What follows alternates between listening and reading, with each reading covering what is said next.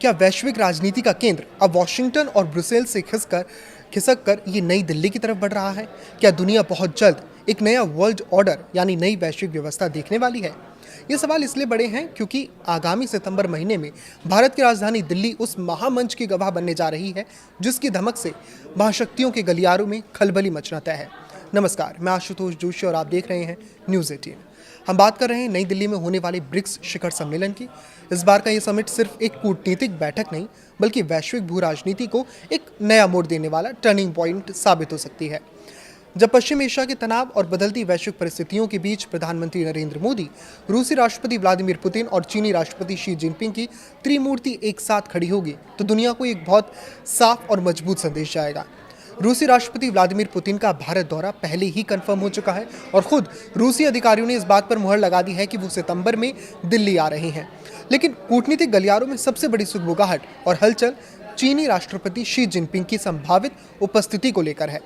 Media reports और सूत्रों का दावा है कि बीजिंग ने भी नई दिल्ली को सूचित कर दिया है कि शी जिनपिंग इस शिखर सम्मेलन में हिस्सा ले सकते हैं। अगर ऐसा होता है तो अक्टूबर 2019 में चेन्नई के मामल्लापुरम दौरे के बाद ये जिनपिंग का पहला भारत दौरा होगा। साल 2020 में हुए गलवान घाटी संघर्ष और नियंत्रण रेखा यानी कि एलएसी पर उपजे भूतपूर्व तनाव के बाद दोनों देशों के शीर्ष नेताओं का एक मंच पर इस तरह साथ आना अपने आप में बेहद ऐतिहासिक और अप्रत्याशित माना जा रहा है। इस तिकड़ी के एक साथ आने की खबर मात्र से ही पश्चिमी देशों खासकर अमेरिका के कान खड़े होना लाजमी है। अमेरिकी राष्ट्रपति डोनाल्ड ट्रंप पहले ही ब्रिक्स की बढ़ती ताकत और इसके विस्तार को लेकर अपनी नाराजगी और चिंता जाहिर कर चुके हैं। ट्रंप के इस रुख के पीछे का डर साफ है। ब्रिक्स अब सिर्फ उभरती अर्थव्यवस्थाओं का मंच नहीं रहा बल्कि ये पश्चिमी प्रभुत्व वाले वित्तीय और राजनीतिक ढांचे को सीधी चुनौती दे रहा है। ऐसे में जब चीन और भारत जैसे दो पड़ोसी और रणनीतिक प्रतिद्वंदी अपने मतभेदों को पीछे छोड़कर रूस के साथ मिलकर एक मजबूत ब्लॉक के रूप में दिखाई देंगे तो वॉशिंगटन की चिंताएं और गहरा जाएंगी। कजान में अक्टूबर 2024 को ही ब्रिक्स समिट के दौरान पीएम मोदी और शी जिनपिंग के बीच जो बर्फ पिघली थी वो अब दिल्ली में एक नया आकार ले सकती है। पिछले 1.5 साल में भारत और चीन ने अपने द्विपक्षीय संबंधों को पटरी पर लाने के लिए कई बड़े और व्यवहारिक कदम उठाए हैं। दोनों देशों के बीच सीधी उड़ानों की दोबारा शुरुआत, वीजा प्रक्रियाओं का सामान्य होना, चीनी कंपनियों पर लगे सख्त प्रतिबंधों में धीरे धीरे ढील दिया जाना और सबसे बढ़कर श्रद्धालुओं के लिए कैलाश मानसरोवर यात्रा की बहाली इस बात का संकेत है कि कूटनीतिक मोर्चे पर पर्दे के पीछे बहुत गंभीर काम हुआ है।